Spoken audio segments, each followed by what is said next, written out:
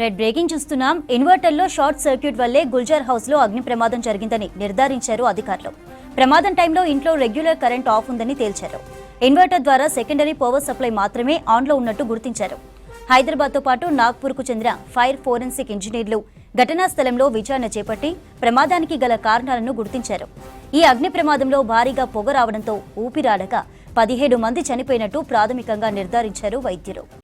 ఇన్వర్టర్లో short circuit వల్లే Gulzar house లో అగ్ని ప్రమాదం జరిగిందని నిర్ధారించారు అధికారులు. ప్రమాదం జరిగిన టైంలో ఇంట్లో రెగ్యులర్ కరెంట్ ఆఫ్ ఉందని తేల్చారు. ఇన్వర్టర్ ద్వారా సెకండరీ పవర్ సప్లై మాత్రమే ఆన్లో ఉన్నట్టు గుర్తించారు. హైదరాబాద్తో పాటు నాగ్పూర్కు చెందిన ఫైర్ ఫోరెన్సిక్ ఇంజనీర్లు ఘటనా స్థలంలో విచారణ చేపట్టి ప్రమాదానికి గల కారణాలను గుర్తించారు.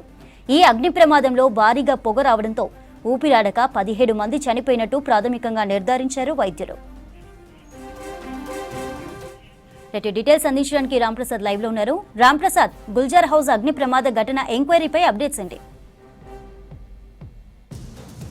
మనం చూస్తున్నాం గత 4 రోజుల క్రితం ఇటు చార్మినార్ సమీపంలో ఉన్నటువంటి గుల్జారీ హౌస్ వద్ద ఉన్నటువంటి షాప్లో అయితే జరిగినటువంటి అగ్ని ప్రమాదం జరిగిన సంఘటన స్థలం వద్ద మనం ప్రస్తుతం ఉన్నాం. ఒకసారి గమనించవచ్చు, కృష్ణా పెరల్స్కి సంబంధించినటువంటి షాపు, అదేవిధంగా వెనక ఇంటిలో జరిగినటువంటి అగ్ని ప్రమాదంలో అయితే 17 మంది ప్రాణాలు కోల్పోవడం జరిగింది. ప్రమాదవశాత్తు జరిగినటువంటి ఈ యొక్క ఘటనలో అయితే 17 మంది ఒకే కుటుంబానికి చెందిన ప్రజలందరూ కూడా మృతి చెందడంతో రాష్ట్ర ప్రభుత్వం సీరియస్గా తీసుకోవడం జరిగింది. ఈ యొక్క అగ్ని ప్రమాదానికి సంబంధించి అయితే పూర్తి స్థాయిలో ఇటు నివేదికలు కూడా ఇటు ఆధారాలను కూడా సిద్ధం చేయాలని అయితే ప్రభుత్వం ఆదేశించిన క్రమంలో మనం చూడవచ్చు. అగ్ని ప్రమాదానికి సంబంధించి అయితే ఇప్పటికే హైదరాబాదు ఫైర్ ఫోరెన్సిక్తో పాటు అదేవిధంగా దేశంలోని వివిధ ప్రాంతాలకు చెందినటువంటి ఇటు నాగ్పూర్తో పాటు తదితర ప్రాంతాల నుంచి అయితే ఫోరెన్సిక్ సంబంధించినటువంటి దర్యాప్తు బృందాలు అయితే ఇక్కడికి చేరుకోవడం జరిగింది. ముఖ్యంగా మనం చూస్తున్నాం, కృష్ణా పెరల్కి సంబంధించినటువంటి విద్యుత్ సప్లై మొత్తం కూడా ఇక్కడ మనం ఇప్పుడు ప్రస్తుతం దాన్ని మొత్తం కూడా డిస్కనెక్ట్ చేస్తున్నటువంటి విజువల్స్ని అయితే మనం ఎక్స్క్లూజివ్గా చూడవచ్చు. పవర్ సప్లై మొత్తం కూడా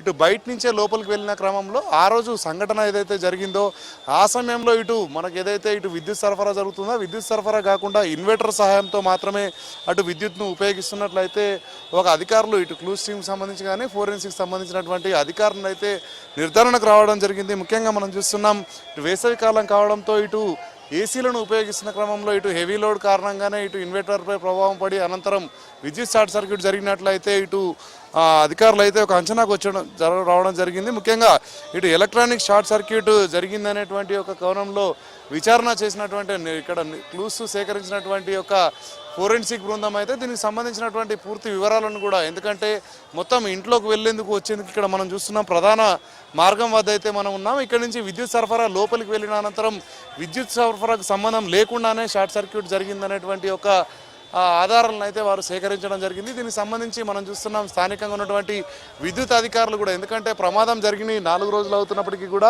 దానికి సంబంధించి విచారణ కొనసాగుతున్న క్రమంలో విద్యుత్ శాఖ అధికారులు కూడా ఏ వైర్లను కూడా ఇప్పటివరకు అయితే దాన్ని డిస్టర్బ్ చేయలేదు. ప్రస్తుతం మనం చూస్తున్నాం ఆ వైర్లన్నింటినీ కూడా దానికి సంబంధించిన ప్రమాదం సంబంధించినటువంటి పూర్తి స్థాయిలో ఇక్కడ క్లూస్ అన్ని సేకరించిన అనంతరం అయితే ఇప్పుడే ఒక్కొక్కటిగా, ఎందుకంటే ఈ క్రమంలోనే ఇక్కడ ప్రమాదం ఏదైతే జరిగిందో చుట్టుపక్కల ఉన్నటువంటి పలు షాపులకు అయితే విద్యుత్ సరఫరా నిలిచిపోయిన క్రమంలో దీనికి సంబంధించి ఇప్పటికే హై లెవెల్ కమిటీని కూడా వేయడం జరిగింది. ఇటు విద్యుత్ శాఖతో పాటు అదేవిధంగా ఇటు ఫైర్ సంబంధించినటువంటి అధికారులు కూడా ప్రమాదానికి జరిగినటువంటి తీరును మొత్తం ఎక్కడికక్కడిగా ఇక్కడ సీన్ రీకన్స్ట్రక్షన్ చేయడంతో పాటు ప్రమాదానికి గల కారణాలపై అయితే ఇటు క్లూస్ సేకరిస్తున్న క్రమంలో ఎక్కడ కూడా ఇబ్బంది తలెత్తకుండా అయితే విద్యుత్ వైర్లు అనేది ఇప్పటివరకు ఎట్లా కూడా డిస్టర్బ్ చేయలేదు. కానీ ఈ రోజుతో ఏంటంటే నిన్నటి వరకు కూడా ఇప్పుడు హైదరాబాద్తో పాటు మనకు ఇక్కడ చూస్తున్నాం నాగ్పూర్కు చెందినటువంటి ఫోరెన్సిక్ ఇంజనీర్లు కూడా వీటికి సంబంధించి అయితే నివేదికను రూపొందించడం జరిగింది. మరోవైపు ఇటు అగ్ని ప్రమాదం జరిగిన అనంతరం అయితే ఏదైతే మనం చూస్తున్నామో ఇటు వెళ్ళడానికి రావడానికి ఒకే ఎంట్రీ ఉన్న కారణంలో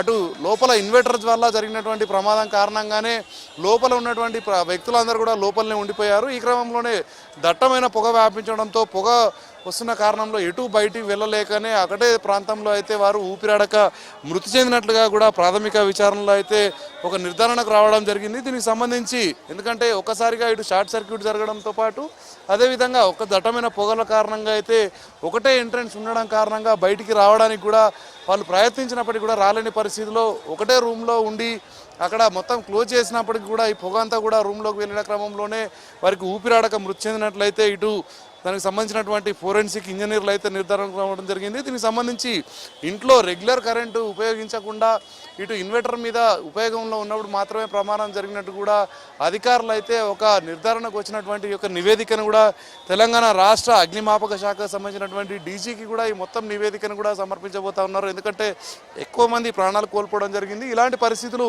భవిష్యత్తులో తలెత్తకుండా ఉండేందుకైతే దీనిపైన జరిగినటువంటి ఘటనపైన అయితే ఇటు ఎంక్వైరీ చేసి దానికి గల కారణాలను తెలుసుకున్నట్లయితే రానున్న రోజుల్లో ఇలాంటి ప్రమాదాలు జరగకుండా ముందు జాగ్రత్తగా ఇటు ఏదైతే షాపుల సమాయం కానీ అదేవిధంగా షాప్తో పాటు ఇటు నివాసం ఉంటున్నటువంటి వారికి కానీ భవిష్యత్తులో ఎలాంటి ప్రమాదం జరగకుండా ఉండేందుకు ఇది ఒక అధ్యయనంగా తీసుకొని అయితే ఇక్కడ పూర్తి స్థాయిలో ఇటు దర్యాప్తు బృందాలు అయితే దీనికి సంబంధించినటువంటి అన్ని అంశాలపై కూడా ఇటు ఫోరెన్సిక్ ఇంజనీర్లు కానీ ఇటు ఫైర్ సేఫ్టీకి సంబంధించినటువంటి అధికారులు అయితే ఇప్పటికీ క్లూస్ను సేకరించి దీనిపైన అయితే దర్యాప్తు కొనసాగిస్తున్నారు. ముఖ్యంగా మనం చూస్తే ఈ ప్రమాదానంతరం 17 మంది మృతి చెందడంతో అయితే దీన్ని రాష్ట్ర ప్రభుత్వం కూడా సీరియస్గా తీసుకోవడం జరిగింది. ప్రమాదానికి గల కారణాలను అయితే ఇటు తెలుసుకోవడంతో పాటు భవిష్యత్తులో కూడా ఇలాంటి ప్రమాదం జరగకుండా ఉండేందుకైతే పూర్తి స్థాయిలో ఇక్కడ వివిధ శాఖలకు సంబంధించినటువంటి అధికారులందరూ కూడా వివిధ బృందాలుగా ఏర్పడైతే ఈ యొక్క ప్రమాదానికి గల కారణాలను అయితే ఇప్పటికే విశ్లేషించడం జరిగింది. దీనికి సంబంధించినటువంటి యొక్క రిపోర్ట్ను కూడా తెలంగాణ అగ్నిమాపక శాఖ ఫైర్ డీజీకి కూడా అందించినట్టు మనకు తెలుస్తుంది. చంద్రిక.